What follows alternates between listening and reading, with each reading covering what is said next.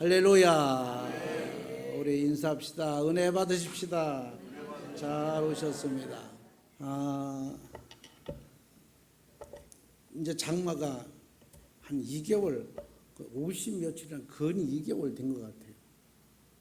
그래서 오늘 이렇게 교회에 오다가 빛을 보니까 얼마나 반가운지, 이게 얼마만에 보는 빛인가 하는 그런 생각이 들더라고요.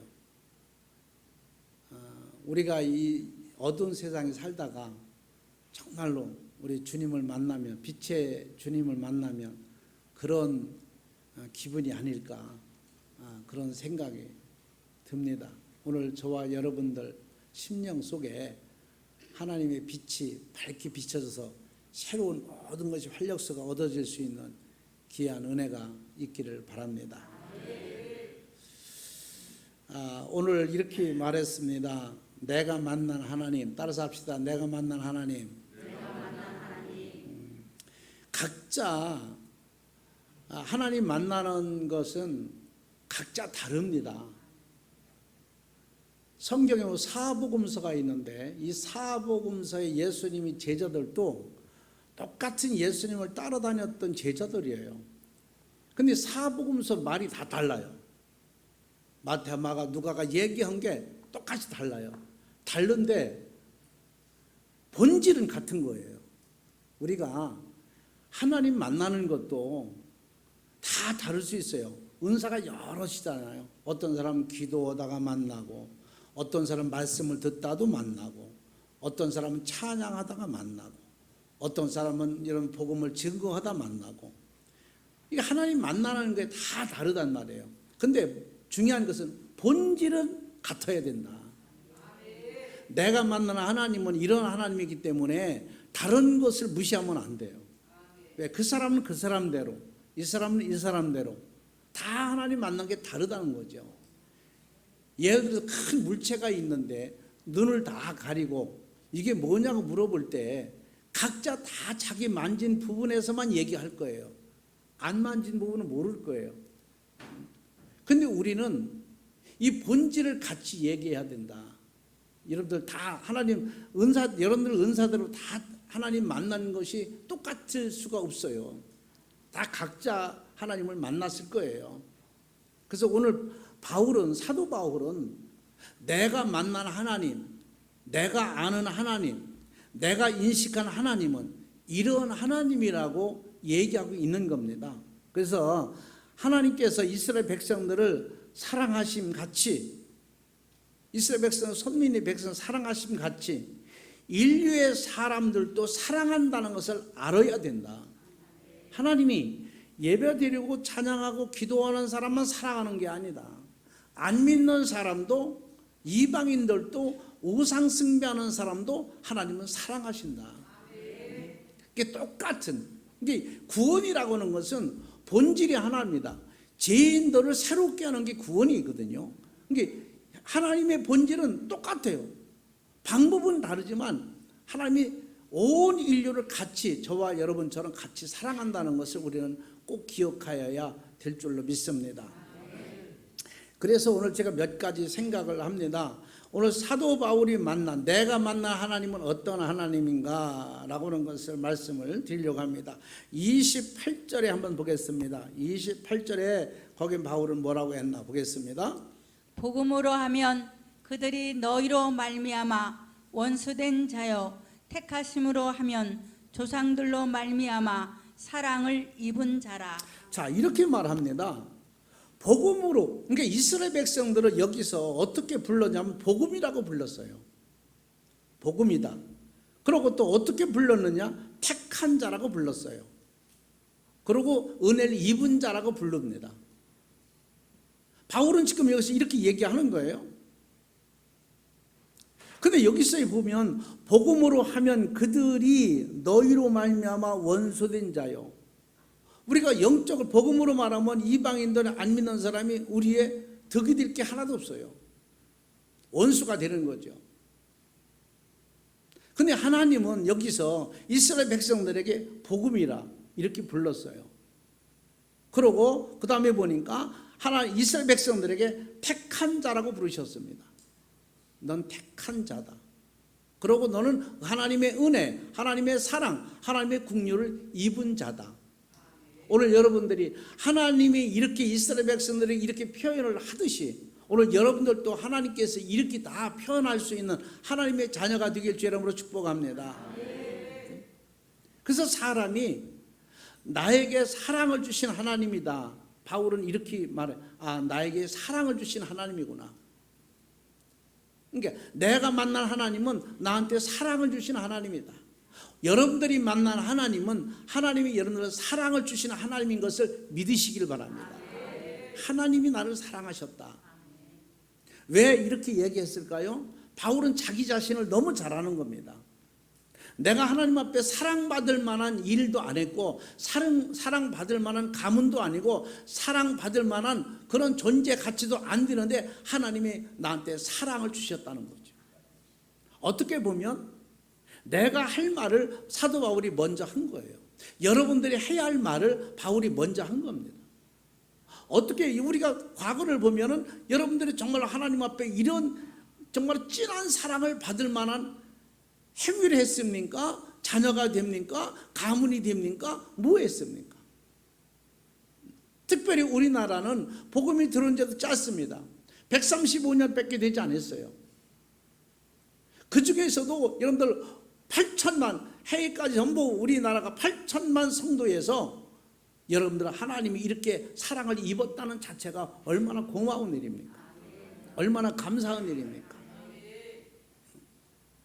저는 어저께도 8.15가 우리가 75년 됐는데 해방 75년 됐는데 그 서울에서 큰 대물을 많이 했잖아요. 막 모여서 찬양도 하고 뭐 여러 기관이 모여서 하더라고요 보니까.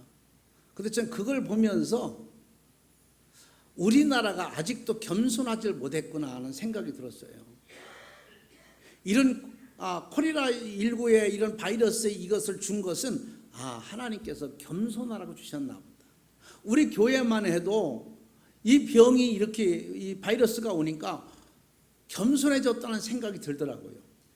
우리 교회도 겸손해졌구나. 하나님은 겸손한 자를 사랑하시고 겸손한 자를 붙들어 주신다고 했는데 이 민족에게 세계에 좀 더 겸손하라고 하셨나 보다. 말이 참 많았어요. 이 바이러스가 뭐 몇 도가 돼서 이제 따뜻한 봄이 오면 자동으로 소멸된다. 그러면서 굉장히 자부심을 갖고 미국이 그래서 당한 거잖아요. 트럼프 대통령이 그래가지고 이거 좀 있으면 없어진다. 날 뜨거우면 몇 도만 되면 없어진다. 근데 보니까 아니 세상에 이것이 열대지방에서도 그냥 살아있는 거예요. 그러니까 정신을 차린 거죠. 저는 이런 것을 볼 때 하나님께서 이 지구상에 겸손한 인간들이 못 뛰었구나. 겸손하라고 주셨나 보다. 그런 생각이 들더라고요. 서로가 사랑하고 서로가 높여주고 서로가 감싸주고 해야 되는데 우리나라는 아직도 참 이 정치라는 것 때문에 서로 미워하고 우리 삶의 생활에 서로 미워하고 시기하는 게 아니라 이 정치가 이게 발을 갈라놓는 것 같아요. 이게 내 패다 내 패다. 하나님 굉장히 싫어하시거든요. 이 패를 갈르는 거를. 아직도 겸손치 못했구나. 전 여러모로 생각을 해봤어요. 이렇게 하나님께서 이 민족을 사랑하셔서 135년 만에 사랑하셔서 금수강산을 누리게 하고 북한은 감으로도 우리나라는 풍년이 되었고 예수 믿는 사람과 믿는 나라 믿지 않는 나라의 차이점을 보게 하셨는데도 불구하고 우리 민족이 이렇게 하나로 되지 않은 것을 아직도 깨닫지 못했구나. 우리 교회에서부터라도 서로 미워하고 시기하고 흠뜯는 게 아니라 서로 감싸주고 높여주고 말 한마디로 공손히 상처 주는 말이 아니라 그런 은혜가 있기를 바랍니다. 그래서 여기서 이렇게 말합니다. 너희는 하나님의 사랑을 입은 자다. 누가? 내 자신이 하나님의 사랑을 입은 자다. 그래서 여기서 28절에 복음으로 하면 그들이 너희로 말미암아 원수된 자여 택하심으로 하면 조상들로 말미암아 사랑을 입은 자라. 사랑을 입은 자라. 지금 우리는 하나님의 은혜를 입은 자입니다. 우리가 이 하나님의 사랑과 하나님의 은혜를 입었다고 하는 것을 변명할 수 없어요. 우리 민족을 한번 보세요. 우리나라가 모든 실력이 다 떨어집니다. 다 떨어짐에도 불구하고 하나님의 살아신 증거가 하나하나 나타나고 있는 거예요. 사람 한 사람 통해서 나타나고 있는 거예요. 중요한 것은 뭐냐면 겸손해야 된다. 그래서 나에게 사도 바울이 말합니다. 내가 만난 사람은 하나님은 사랑을 주시는 하나님이다. 나에게 사랑을 주신 하나님. 오늘 이 시간에 하나님께서 사랑을 주신 그 하나님을 우리가 깨닫고 넘어갈 수 있기를 바랍니다. 그 다음에 보니까 어떤 하나님이냐, 29절에 볼까요? 거기는 어떤 하나님인가 보겠습니다. 하나님의 은사와 부르심에는 후회하심이 없느니라. 자, 하나님을 알게 하는 은사는 여러 가지입니다. 사람마다 다 다릅니다. 이렇게 해서 하나님을 알게 하고 저렇게 해서 하나님을 알게 하고 방법마다 다 달라요. 근데 여기서 보니까 하나님의 부르심에는 이렇게, 부르심에는 후회하심이 없다. 이 말은 하나님이 우리를 불렀다는 겁니다. 우리는 하나님의 부르심, 그게 사도 바울이 말하길 나 같은 죄인을 계수 중에 계수 중에 계수는 뭐냐? 아주 쉽게 얘기하면 깡패의 두목 중에 두목이라는 거예요. 계수 중에 계수. 이런 나를 하나님이 불러주신 거, 이게 너무 감사하기 때문에 나를 부르신 하나님이다.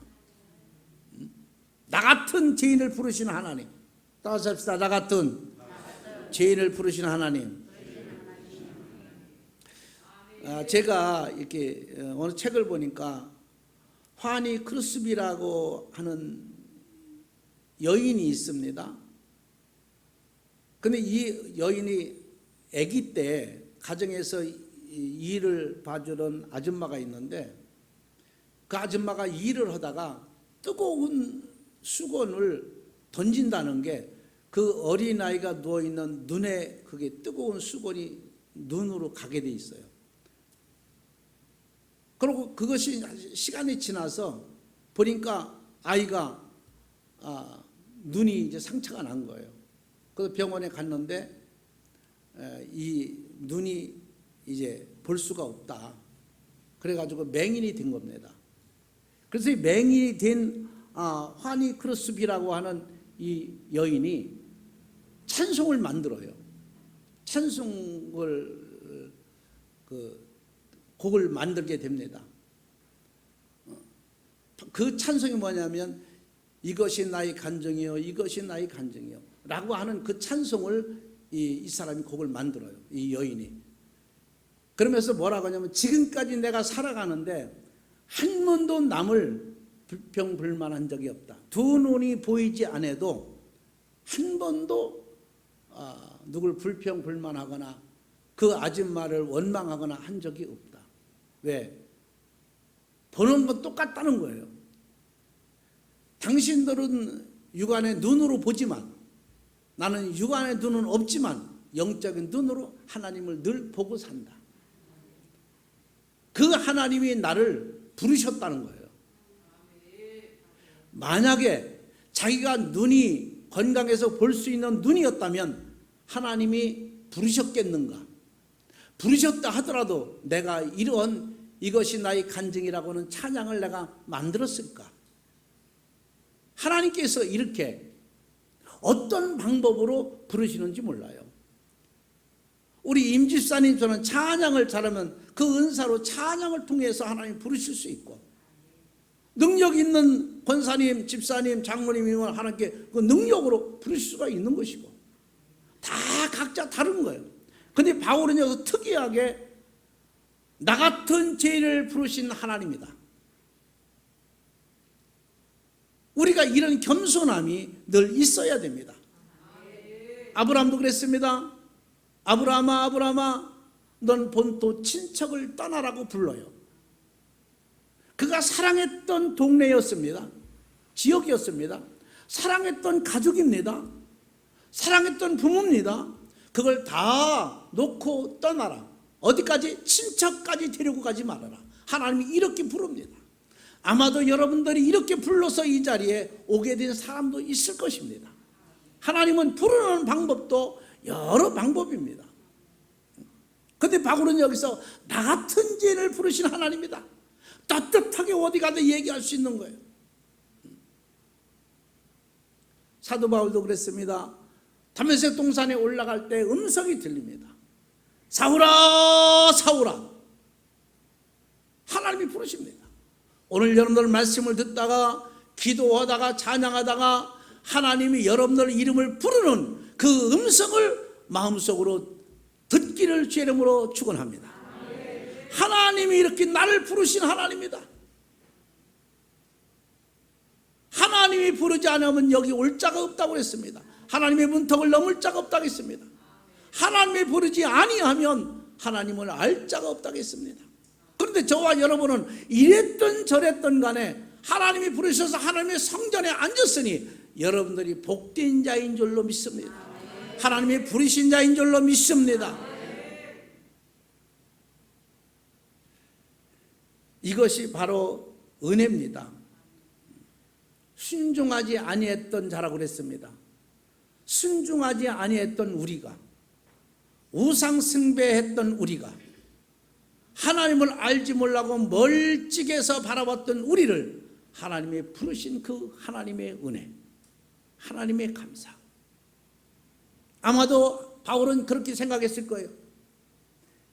하나님이 나를 부르실 일이 없다. 내가 하나님의 은혜를 받을 일도 없다. 내가 하나님을 만날 일도 없다고 생각했을 거예요. 그래서 예수 믿는 사람들을 핍박하고 옥에 가두고 스데반을 죽이는데 앞장서서 충동질을 치고 했던 바울이 아니겠습니까? 아마도 다메섹 동산 올라가다가 하나님께서 자기 이름을 부른다는 건 상상도 못했을 겁니다. 근데 하나님 불렀습니다.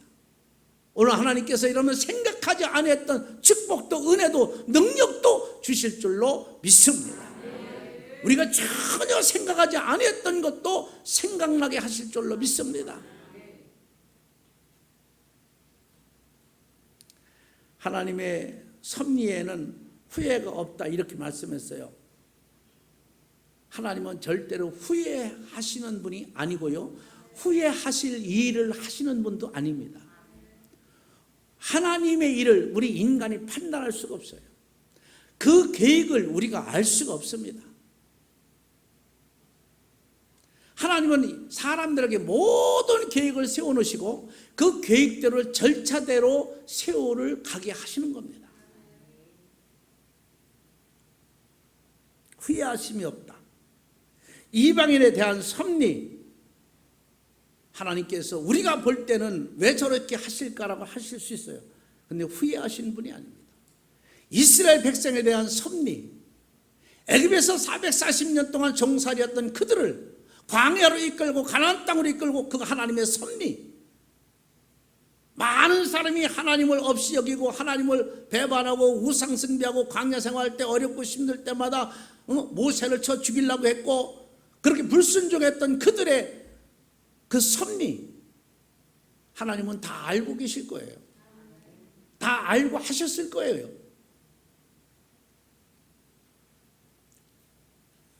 오늘 저와 여러분은 나 같은 죄인을 부르신 하나님이다. 그 하나님이 오늘 여러분들도 부르신 줄로 믿습니다. 그 다음에 보니까 하나님은 어떤 하나님이냐. 자, 32절에 한번 보겠습니다. 32절에 어떤 하나님인가 봅니다. 하나님이 모든 사람을 순종하지 아니하는 가운데 가두어 두심은 모든 사람에게 긍휼을 베풀려 하심이로다. 자, 이 말은 무슨 말인가? 모든 사람에게 긍휼이다 이랬어요. 이것은 모든 사람, 인류의, 여기서 사도 바울은 이렇게 말합니다. 인류의 구원을 생각하시는 하나님이다.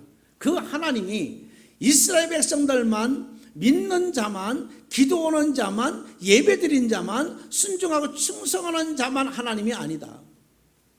인류의 하나님, 그 구원의 확신을 가지신 하나님, 그 구원의 계획을 가진 그 하나님을 자기가 발견했다는 거예요. 쉽게 얘기하면 우리나라 대통령이 문재인 대통령이잖아요. 그럼 문재인 대통령 좋아하는 사람도 있고 나빠하는 사람도 있어요, 없어요? 근데 대통령은 하나입니다. 근데 그를 좋아하고 나쁜 사람은 여러 사람이 있어요. 자, 문재인 대통령 하나는 싫어하더라도 우리나라 대통령이라고 인식을 해야 됩니다. 인정을 해야 됩니다. 싫어해도. 왜? 대통령이니까. 또 하나님도 마찬가지입니다. 믿는 사람만이 우리 하나님이고 안 믿는 사람 하나님이 아닙니다. 안 믿는 사람도 하나님을 인정을 해야 됩니다. 사람들이요, 급하면 하나님을 찾아요. 신앙을 떠나서 믿음을 떠나서 아주 급해 보세요. 하나님을 안 찾나?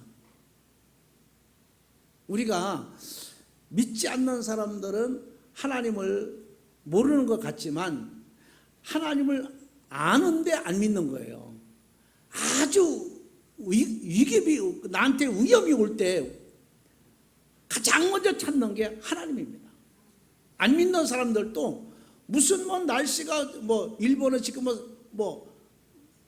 40도 이렇게 간다고 그래요. 지금 연경이 우리나라도 이제 뜨거운 게 오겠죠. 40도 얼마나 힘듭니까? 우리가 이렇게 날이 뜨겁고 막 그러면은 아이고 하늘도 무심하시지, 하나님도 무심하지. 이게 안 믿는 사람들도 입에서 술술 나와요. 이게 뭐가 조금 어렵고 힘들면 이게 나오게 돼 있습니다.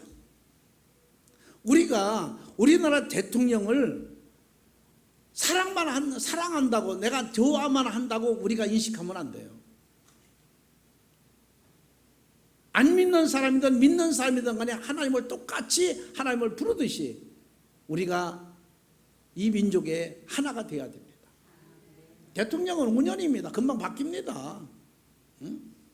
우리가 세워놨으니까 있는 동안 잘하고 또 다음에 다른 사람 세우면 되는 거고. 저는 이 정치를 볼 때 그런 생각을 했어요. 자꾸 싸우는 게 지금 이제 그 주택 문제 때문에 그 많이 그 부동산 문제 때문에 싸웠잖아요. 그걸 제가 한 묵상을 해봤어요. 묵상을 가만히 생각해봤어요. 왜 저기 싸울까? 근데 간단하더라니까. 그거 해결할 수 있는 방법이 간단해요. 근데 그런 걸 생각을 못하는 것 같더라고. 왜 간단하냐면, 여러분들 우리가 집을 가져야 할 가구가 10가구라면은, 우리나라가 아주 축소해서 10가구라면 집은 6개밖에 없어요. 그럼 몇 개가 모자른 거예요? 4개가 모자른 거야. 4개가 모자른데 그 6가구를 갖다가 3개목으로 올리고 뭐 한다고 집이 4가구가 해결이 됩니까? 안 되는 거예요. 근본적인 걸 해결해야 됩니다. 10가구면은요, 10가구를 만들어 놔야 집이 해결되지 않겠습니까? 6가 갖고 백날 싸워봐야 6가구예요. 해결이 안 되는 거예요. 그러면 많은 사람들이 다 서울로 아니면 도시로 올라오려고 그래. 시골에 있는 사람들도. 그러면 어떻게 하겠느냐? 제가 생각을 해본 거예요. 기관을 각자 내보내는 거야. 다 충청도로, 강원도로, 전라도로 정부 기관을 그거 보내주고 대학을 캠퍼스를 보내주는 거야. 그쪽에 전부. 그리고 대기업을 하나씩 나눠서 보내주는 거야. 그리고 대학병원을 보내주는 거야. 똑같이 정부에서 그런 역할을 해야 됩니다. 그러면 올라오라고도 안 올라와. 왜? 거기 다 문화생활에 행복하니까. 똑같으니까. 서울이라 똑같으니까. 그리고 집이 충분하면은 무슨 왜 집값이 올라가고 전세가 없고 이렇게 난리 필 필요가 없어요.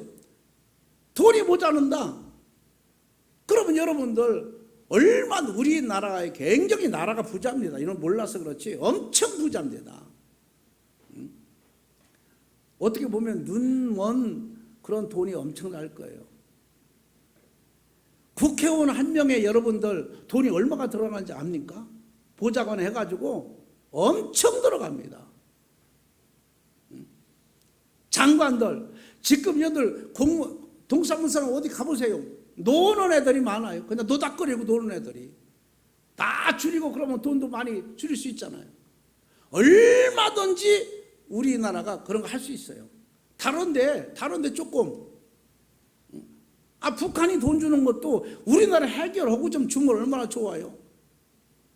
이렇게 물난리가 났는데도 뭐 120억? 여러분들은 잘 싸서 그러니까 놀래지도 않네. 120억을 준댔잖아요. 왜? 저는 이렇게 생각을 해요. 이 땅의 모든 것은 사람이 만드는 거예요. 하나님이 모든 걸 만들어 주었지만 모든 것을 우리 살 수 있는 길은 사람이 한 겁니다. 우리 여러분들 헌법을 누가 만들었어요? 하나님이 만들었어요? 우리가 만들었어요? 우리나라에서 만드는 거예요. 우리 인간들이 만드는 것을 인간들이 해결할 수 있는 거예요. 헌법도 우리나라가 이렇게 우리나라 헌법을 만들어 놓고 어떤 사람은 헌법을 해당되게 하고 어떤 사람은 해당이 안 되게 하면 되겠습니까? 똑같이 해당되는 거예요. 대통령이 있든 국회의원이 있든 시골에서 농사 짓는 사람도 똑같이 그 헌법에 대해서 똑같이 혜택을 받아야 돼요. 근데 그게 안 되는 거예요.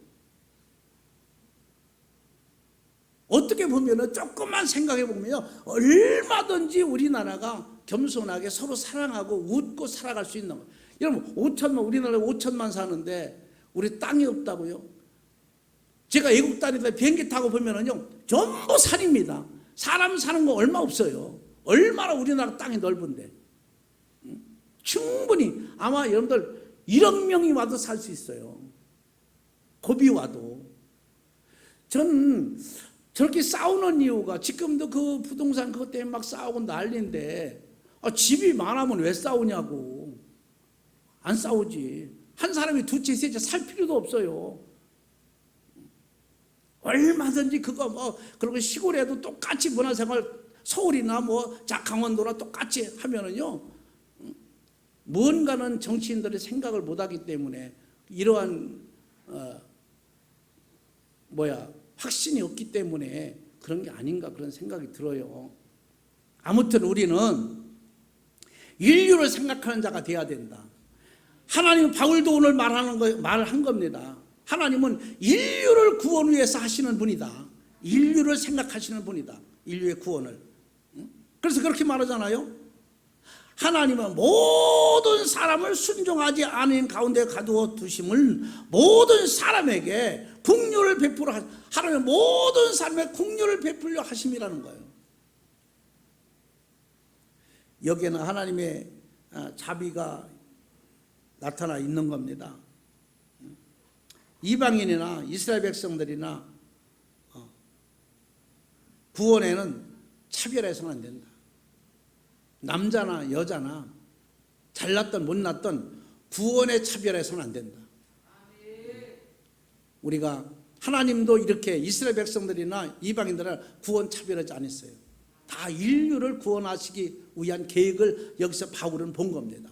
우리가 신앙생활을 할 때 나만이 아니라 좀 멀찍이 봐야 됩니다.